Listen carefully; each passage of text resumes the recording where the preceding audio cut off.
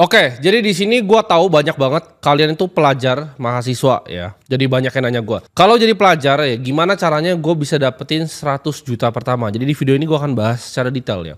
Apa yang gua akan lakukan kalau gue punya ilmu seperti gue disuruh balik waktu untuk jadi pelajar atau mahasiswa. Apa aja sih step-step yang gua akan lakukan? Apa aja kira-kira metode ya dalam gue nyari uangnya itu metodenya apa aja? Gue itu nggak mau kayak terlalu banyak bacot gitu untuk ngasih tahu kalian tuh kebanyakan yang teori-teori bisnis yang kayak biasa apa influencer ngomong ya, karena gue bukan influencer di sini. Gue nggak mau terlalu bahas yang kayak nggak praktikal gitu. Jadi kalian abis nonton terus lu bingung gitu. Aduh, gue harus ngapain ya? Bisnis model canvas, value proposition, tai-tai lah itu semua. Jadi di sini gue mau kasih straight to the point aja. Gimana caranya make money ya? How to make money?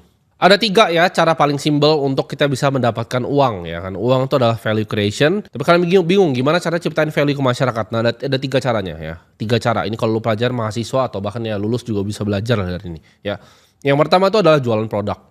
Yang kedua adalah jualan jasa. Yang ketiga itu adalah jualin produk atau jasa orang lain. Jadi penengah, jadi broker ya. 3 tuh caranya.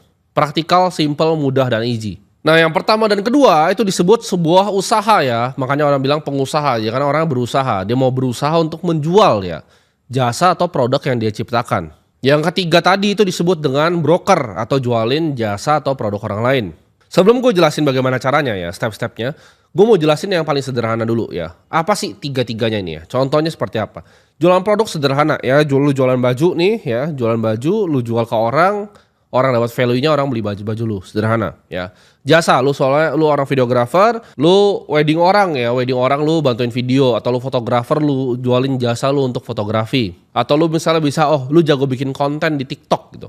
Jadi ada brand baju, lu jual jasa lu sebagai agensi untuk bikin konten short form dia di TikTok ya. Jadi lu kenal modeling agensinya, lu kenal kameramen yang jago, lu jadi agensi di tengahnya, lu yang service ya. Jadi kalau mau jual baju biar lu kelihatan keren pakai model-model ya, itu bisa pakai service lu. Nah, itu jasanya.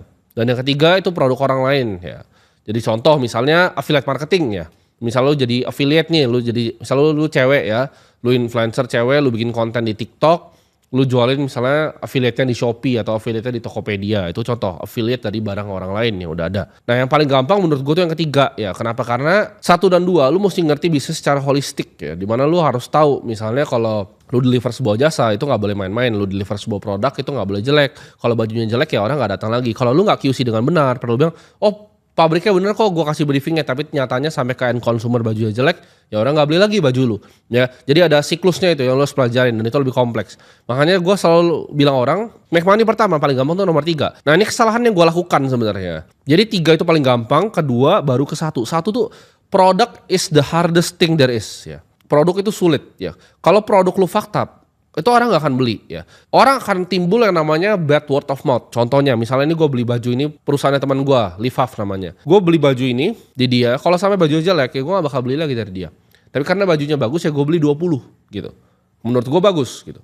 Tapi gue punya orang ya yang punya pengalaman jelek ya. Gue punya teman yang punya pengalaman jelek misalnya sama satu brand ya. Gue gak usah sebut nama brandnya apa. Dia ngerasa bajunya tuh sampah banget dan dia gak pernah mau sentuh lagi sampai sekarang. Bahkan di saat brandnya tuh udah improving gitu. Brandnya sekarang tuh udah gak sejelek dulu tapi dia udah gak pernah mau beli lagi. Nah itu problemnya dengan nomor 1 dan nomor 2 ya. Jasa dan produk lu bertanggung jawab. Kalau yang ketiga tuh biasanya yang nge-affiliate sesuatu itu lebih established. Contohnya properti ya. Lu jualin misalnya propertinya Sinarmas gitu. Lu jualin propertinya siapa gitu. Itu udah jelas ya, track record dia udah bangun properti itu puluhan tahun gitu. Lu udah tahu rumah yang dia bangun tuh kualitinya seperti apa. Dia gak mungkin put reputasi on the line, lu cuma jadi brokernya, lu jadi pialangnya, jadi agentnya. Ya udah lu jualin gitu. Karena gue bilang tadi kalau lu jualan baju jelek itu orang gak beli lagi. Kalau lu jualan jasa itu juga sama parahnya gitu. Misalnya lu fotografer di wedding orang ternyata jelek hasil foto lu. Itu mampus lu gak bakal dipakai lagi ya. Dia ketongkrongan bakal ngomong jelek ke 10 orang ya. Jadi kalau lu pernah service 3 orang tuh udah 30 orang gak akan pernah pakai jasa lu lagi. Karena dia ngomong ke maknya, bapaknya, suaminya ya. Dia ngomong ke teman-temannya, di semua tongkrongan pasti ngomong anjing bajingan ini jelek banget gitu. Jasa fotografi. Jadi kalian jangan sembarangan kalau mau ngejualin produk atau jasa ya. Jangan lu kayak mikir, gampang lu bisa bikin pakai plastik. Gue dulu kan gue pernah jualan Thai tea dulu ya. Aduk-aduk begitu. Itu hoki aja nggak pernah ada kenapa-napa gitu. Kalau ada masuk orang keracunan tuh waduh, repotnya luar biasa. Contohnya kayak GoProduct kan gue kena waktu itu karena gue jualan minyak rambut, gue nggak ngerti BPOM ya, ditahan sama bea cukai. Jadi Hal-hal seperti itu sering terjadi dan menurut gue itu sulit ya nyari duit dari sana. Ada banyak cara ya kalau lu mau dapetin 100 juta atau mau dapat duit ya, lu bisa tutoring temen lu bisa kerja jadi barista di coffee shop. Tapi di sini gua nggak ngomong cara yang orang biasa ngambil ya. Kalau cuman kerja jadi waiter ya lu nggak usah nonton video gua gitu. Ini kan misalnya kalian nonton video ini, misalnya kalian udah jadi pelajar mahasiswa nih, mau nyari duitnya duit beneran, mau 100 juta nih, bukan mau cari duit 3 juta gitu. Lu mau jadi duit 3 juta ya silahkan nih. Kayak gua waktu pernah coba jadi wedding organizer. Pokoknya intinya ya dari jasa, produk dan jualan jasa dan produk orang lain. Ini gue hilangin constraint yang namanya waktu ya. Jadi kalau lu jago jualan jasa lu bisa pertama emang lu yang fotoin. Tapi nextnya bisa lu punya tim gitu. Nah tapi kalau lu itu tuker waktu lu buat jadi barista, nah repot nih. Karena waktu lu buang untuk uang. Jadi gue ajarin lu ketika lu masih muda, lu pelajarin konsep di mana waktu lu tuh lu harus anggap waktu lu hal paling berharga ya. Jangan main lu tukar begitu.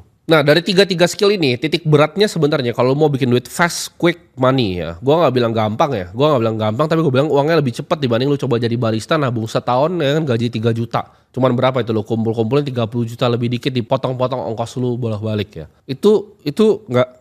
Jangan kerja seperti itu. Kalau buat pengalaman ya sure boleh lah. Cuman kan gue tahu lu datang ke channel ini, mau belajar sama gue di sini, ya gue sharing yang apa adanya gitu. Lu nggak suka denger gue ngomong kayak gini ya nggak usah nonton channel gue ya. Karena gue bikin di sini nggak ada yang terpaksa, gue bikin suka-suka ya. Gue pengen sharing aja ke orang-orang yang dulu kayak gue. Jadi gue kasih tahu salahnya di mana ya. Kalau lu dikasih tahu gue salah di mana dan lu lompat ke hal yang sama ya lu bebal gitu. Gue bilang dulu gue jualan pomade walaupun make money it was a mistake ya. Karena gue gak ngerti apa-apa tentang produk. It was a mistake, itu salah. Gue waktu itu jualan berbagai macam ya gue coba tuker waktu gue sama uang, itu salah ya. Jangan kalian tukar seperti itu. Nah, tiga skill ini ya yang gue bilang tadi antara produk lu sendiri, jasa lu atau produk dan jasa orang lain ya kita bagi 3. Ini tiga itu menitik beratkan ke satu skill yang paling utama yaitu jualan ya. Karena jualan produk, jualan jasa, jualan produk dan jasa orang lain. Jualan dan jualan. Jadi udah tahu nih kalau mau make quick money ya, where's the money? Sales sudah pasti. Gak ada lain, skill lain kecuali skill untuk jualan. Karena di dunia ini ya cuma jualan ya, jualan jasa ya, jualan barang, jualan jasa dan barang orang lain. Jualan dan jualan. Ya kalau lu cuma ngebuat kopi itu gak bakal kaya. Tapi kalau lu jualan kopi, itu lu bisa kaya. Ya, jualan. Kata kuncinya jualan. Nah kita kan breakdown dulu skill set ya. Jadi gue gak bakal bahas produk kayak apa, jasa apa itu lu coba cari. Tapi kalau produk jasa orang lain tuh banyak banget ya. Contohnya seperti lu jadi agen properti, lu bisa jadi sales mobil tuh. Banyak banget lah, itu endless ya. Literally itu endless. Kita coba bahas skill setnya dulu deh ya. Karena gue tadi titik beratin di tiga-tiganya ini adalah jualan. Gue ajarin kalian gimana caranya jualan. Ini skill yang gue ajarin lu di sini tentang jualan, ini lu gak bakal ketemu. Ya lu gak bakal ketemu di teori manapun, di buku manapun. Karena ini based on pengalaman gue. Dan kalau di sini ada yang lu ngomong, oh gue lebih jago jualan dari Timothy ya silahkan gitu. Cuman gue yakin satu Indonesia ini gak ada yang lebih jago jualan dibanding gue. Jadi yang gue ajarin kalian di sini itu berdasarkan fakta. Ya gue cold call orang ya, 200 ada lebih kali. Sehari itu dulu. Gue cold call orang agensi gue. Gue tahu gimana caranya cold calling orang sampai jadi klien, cara prospectingnya seperti apa. Karena ini skill yang gue harness selama bertahun-tahun, sama seperti skill gue di market gitu. Gue harness ini skill jualan tuh udah lama ya, nggak baru 1-2 hari. 3 step ini dalam jualan, sebenarnya banyak sih. Cuman ini kalau gue bahas sales secara video ini khusus tentang sales tuh, gue bisa bacot mungkin 20 jam nggak beres nih. Jadi gue coba condense, gue pikir apa yang paling gampang gue sampaikan ke kalian dan kalian bisa ngerti. Itu ada 3 caranya, ada 3. Jadi step 1, step 2, dan step 3. Step 1 itu adalah komunikasi yang efektif ya. Skill kedua itu adalah building relationship.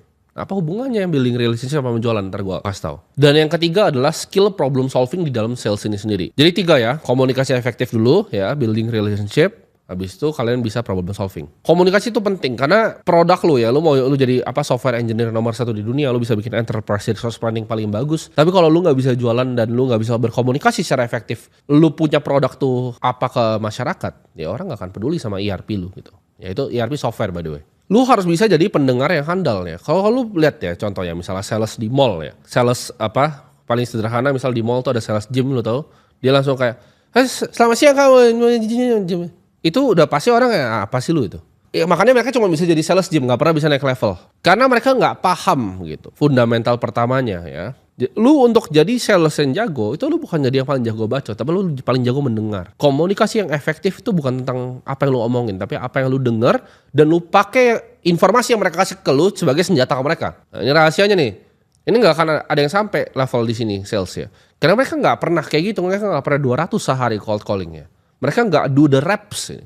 Kalau gue dia ibarat Bruce Lee tendangan satu kali udah sejuta kali gitu. Sales yang paling jago itu tahu ya kebutuhan customernya apa dan dia adaptif dalam bicara. Jadi dia bisa tahu gitu kira-kira nih customernya ini sukanya kemana ya. Ciri khasnya seperti apa. Kalau orang tua itu lebih kemana, anak muda lebih kemana. Mereka nggak firm dengan nada yang sama. Mereka nggak cuman selamat siang pak. Itu tuh lu nggak bakal laku lah kayak begitu.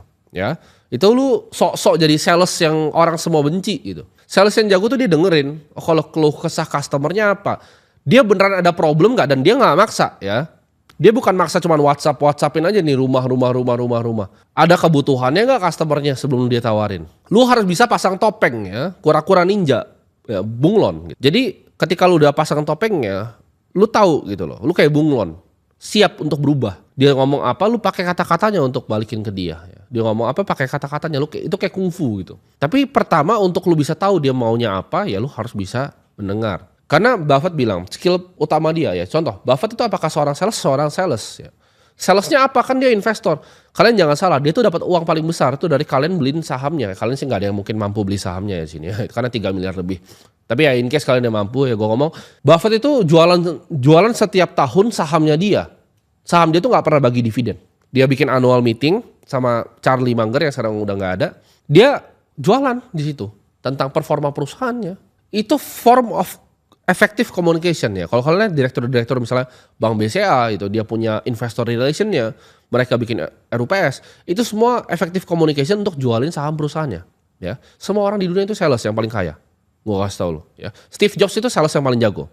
Komunikasi yang efektif itu paling efektif kalau kita bisa gabungin apa yang keresahan mereka dan kemauan mereka dengan storytelling yang baik. Ketika lu bisa bawa dua itu lu bisa bawa dia ke alur cerita lu mau kemana gitu. Jadi lu harus tahu gitu komunikasi yang efektif itu seperti apa, bagaimana cara mendengarkan. Nah ini nggak bisa diajarin kalau ada yang bilang, oh cara komunikasi efektif begini. Enggak ya. Jadi ini based on reps. Lu makin sering jualan, lu akan tahu gitu loh orang tuh seperti apa. Nah yang kedua ini penting ya, building relationship ini yang banyak nggak dilakukan ya. Sama orang-orang. Simpel nih, misalnya contoh ya, gue nggak salah jadi gue nyari barang di sini. Oh, misalnya komputer nih, contoh ya, contoh komputer. Orang jualin gue komputer, terus habis jualin dia nggak peduli lagi. Nah, apakah itu building relationship? Enggak. Justru ya, gue dalam pengalaman gue jualan, gue selalu dapat customer paling banyak itu dari customer gue sebelumnya. Bingung kan kenapa? Sederhana ya, lu setiap jualan, coba misalnya lu jual produk lu ya, lu jual produk orang misalnya jualan komputer nih, jualan ke gue komputer. Setelah lu jual komputer, coba lu tanya ke orangnya, gitu. Lu tanya, kok ini ada apa nggak yang kurang, ada yang bisa saya bantu nggak, atau bisa saya pasangin nggak? Apa added value lebih yang lu bisa kasih biar nggak cuma main di perang harga gitu? Apa added value lu sebagai sales gitu? Contoh, properti is a fucking commodity ya kan. Misalnya gua punya gedung gitu kan, gue punya gedung di Sudirman, ada perusahaan misalnya TikTok datang ke gue pengen sewa nih, wah mau sewa 20 lantai itu, 7 lantai gitu. Nah apa bedanya gedung gue sama gedung yang lain? Karena ujung-ujungnya orang kan selalu cari yang paling murah. Added value-nya apa? Oh gedung gue tuh ada MRT-nya loh depan. Gedung gue tuh bisa lewat busway loh. Jadi itu yang kalian harus pikirin, apa added value gue dibanding orang lain. Jangan cuman kalian tuh, abis jualan tinggal gitu. Added value itu dibangun dari lu building sebuah relationship sama customer lu. Jadi dengan lu building relationship, lu build trust di dia.